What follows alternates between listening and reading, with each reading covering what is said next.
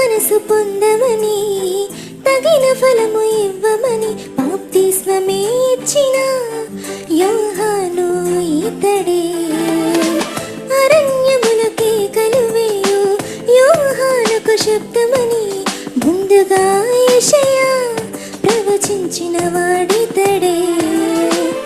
తన వెనుక వచ్చిన వాడే సర్వశక్తిమంతుడని తన చెప్పుల వారును విప్పే అర్హతే తనకు లేదని తననే తానే తగ్గించుకొని అడవిలో బ్రతుకుని సహించుకొని దేవుని ఎదుటే మెప్పించుకొని ఇలా యేసుని చూపాడని తననే తానే తగ్గించుకొని అడవిలో బ్రతుకుని సహించుకొని